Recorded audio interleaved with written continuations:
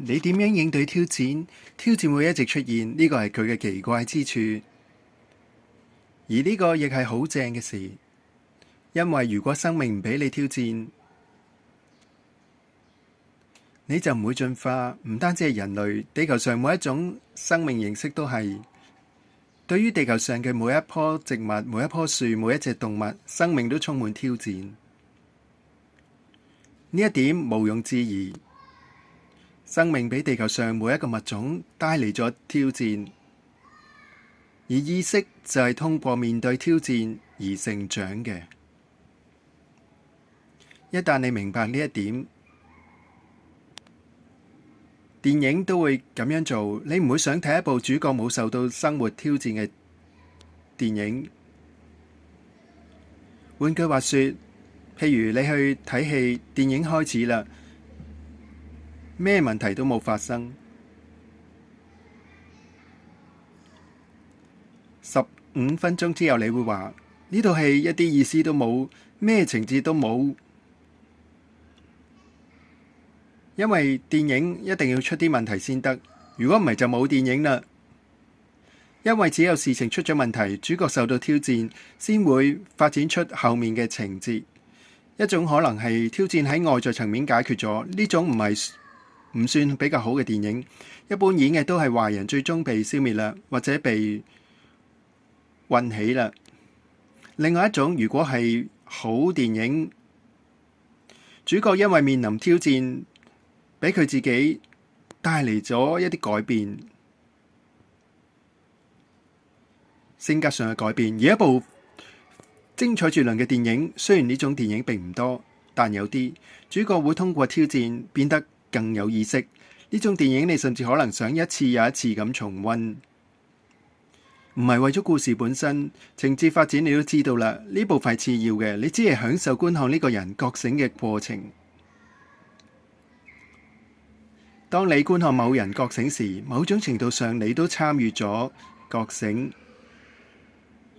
另外，呢種電影可能亦都會有趣，我最中意嘅電影之一。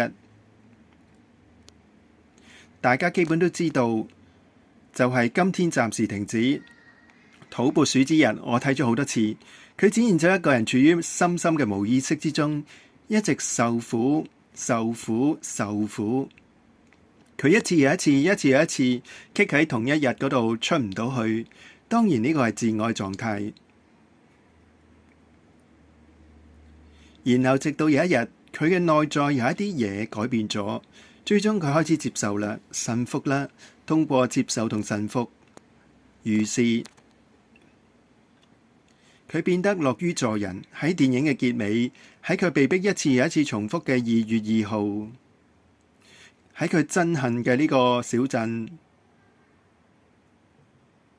做住佢憎恨嘅事，望住佢好憎嘅人。最終佢冇辦法再忍受呢個痛苦啦。呢個時候佢唔再憎恨啦，然後佢突然開始以唔同嘅方式去經歷同樣嘅一日。佢開始覺醒。喺電影嘅最後，佢對女主角話：哦，呢個地方幾好，我哋留低啦。然後佢就自由啦。所以呢種電影你會想睇好多次，因為呢種電影好少。佢展現咗無意識嘅狀態，同埋主角點樣通過面對本質上係自我製造嘅挑戰，而令意識得以深化。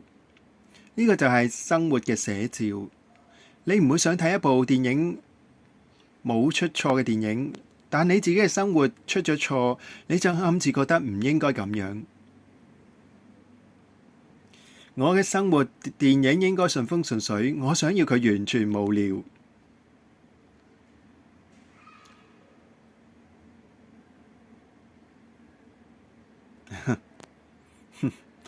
當人們喜愛嘅電影情節發生喺佢自己身上時，佢哋就會抱怨，認為呢個唔應該總係發生喺我身上。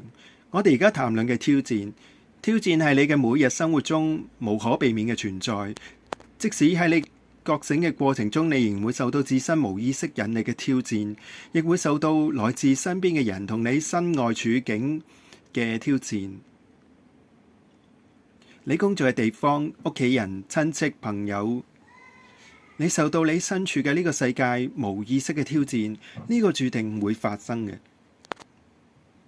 而家你可能會發展出一種理論，只有我嘅生活境況更符合我嘅靈性成長，一切先會好嘅。然後你可能會設計出一系列你需要嘅事物嚟促進你嘅靈性成長。你會話：好啦，我有足夠嘅錢去呢個世界上最高級嘅 SPA 會館做按摩，一日2、3次活喺絕對嘅喜悅中，食用最純正嘅食物，我嘅需求都得到滿足。咁樣我嘅靜心，我就可以靜心，我去鍛煉身體，呼吸好潔淨嘅空氣，唔會俾噪音同其他事情打擾。一切都咁美妙，我可以全然保持臨在。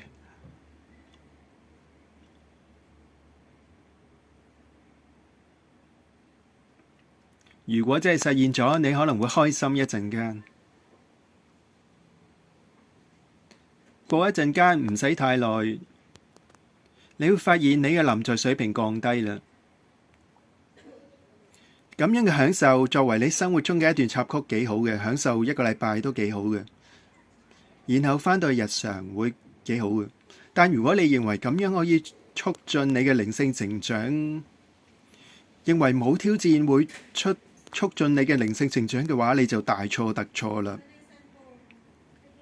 你最終會發現你嘅臨在水平下降啦，因為唔需要臨在啦。事情都太順利啦，冇挑戰，每個人都好好。佢哋當然友好啦，因為你俾咗錢佢哋啊嘛。如果你同佢哋生活喺一齊，咁就唔係咁友好啦。咁你要有足夠嘅錢支付你身邊所有人，咁樣佢先至可以對你友好嘅，唔會再俾嗰啲討厭嘅人挑戰。但咁樣唔會促進你嘅靈性成長。可能到咗咩時候喺優美嘅 SPA 嗰度度過咗2年，你突然渴望返返有挑戰嘅生活。如果你有足夠嘅意識，呢個時候你甚至會渴望發生啲咩？所以我真正要講嘅係，無論喺你嘅生命中發生啲咩，都係你嘅練習，為你而設計嘅練習。呢個係你嘅靈性之路，尤其係嗰啲挑戰，